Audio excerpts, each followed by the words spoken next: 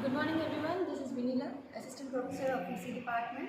So today we are going to see the next experiment, differentiator circuit using operational amplifier. So before getting into the circuit diagram, first of all, what is a differentiator? Differentiator is nothing but here we used to calibrate the output voltage. As we said in the integrator, the same thing, the output voltage is proportional to the rate of change of the input signal with respect to time. So that is the basic definition of what we are calculating using differentiator. And now we are going to look into the circuit diagram. Before that, we will see the specifications of IC741. So this is the IC741 op-amp. So totally 8 pins we have. The first pin is the input offset and the second pin is the inverting input where we connect the input terminal, and next third pin is the non-inverting input, and the fourth pin is the power supply. We give the minus VEE supply plus minus 12 volts, and fifth pin is the offset null, and sixth is the output where we connect to the CRO, and seventh one is the power supply plus VCC, and eighth one is not connected. And this is the schematic diagram of the operational amplifier which we use in the circuit description, using all the 5 pins, pin 2, pin 3, pin 7, pin 4 and pin 6. So these 5 pins are very important.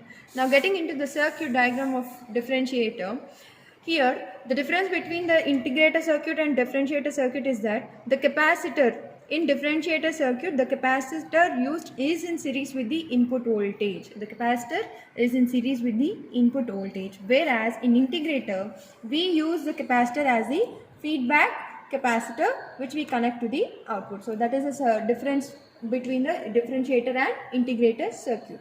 So what is the purpose of this capacitor? This capacitor blocks the DC current or the DC voltage and passes the high frequency component. So that is the working of it.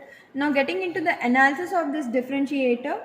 So applying KCL to this loop. So this is the incoming current II and this is also the incoming current. So both current II plus IF is equal to 0 at node VA.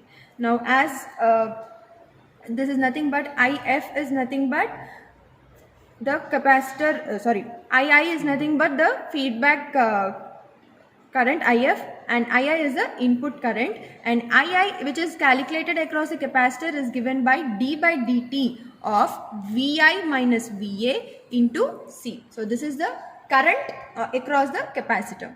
And next one is IF. IF is the feedback current which is calculated across RF. So V0 minus Va by RF. So according to virtual ground conditions, Va equal to 0, Vb equal to 0. So we finally attain at the equation called C dVi by dt. As I told in the starting, differentiator voltage is nothing but the variation of or the rate of change of input voltage with respect to time, which is equal to minus V0 by RF. Finally, the output voltage V0 is equal to minus RC dVi by dt. So this RC value is nothing but the time constant. So these are the waveforms which we calculate at the differentiator circuit. So applying an input voltage of 2 volts at 100 Hz square wave, we get a output waveform as spikes. So we will see it. From the function generator, we are taking the input waveform of sine wave or square wave, and then we are giving it to the kit of the differentiator, and next input is given to the terminal pin 2 and the output is calculated at pin 6. From pin 6 is connected to the output CRO. So the output waveform is nothing but the spikes. While the capacitor charges very quickly and it varies very quickly with the input. So that's what the charging and discharging takes place very quickly. So that's what the output voltage or the output waveform is represented as spike waveform when you give a voltage of input square wave. So this is all about the differentiator. Thank you.